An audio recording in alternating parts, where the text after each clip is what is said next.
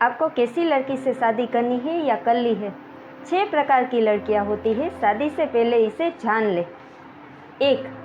आपको अगर ऐसी लड़की पसंद है जो कमा रही है, वर्किंग है, तो ये आपको एक्सेप्ट करना होगा कि वे आपके घर को पूरी तरह से हैंडल नहीं कर पाएगी।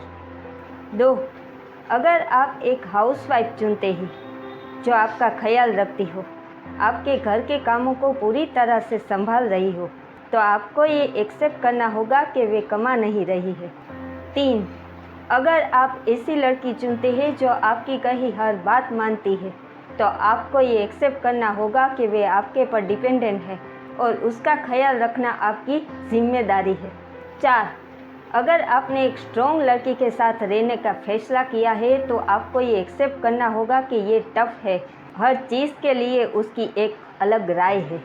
5. अगर आप एक खूबसूरत लड़की चुनते हैं, तो आपके उसके बड़े खर्चों को एक्सेप्ट करना होगा। 6. अगर आपने एक सक्सेसफुल लड़की के साथ रहने का फैसला किया है, तो आपको ये एक्सेप्ट करना होगा कि उसके अलग गोल्स है। कोई भी चीज़ परफेक्ट नहीं होती, हर किसी के जीने का और सोचने का तरीका अलग अलग होता है। वीडियो कैसा लगा ये कमेंट करके ज़रूर बताइए। वीडियो को लाइक कीजिए और शेयर ज़रूर कीजिए।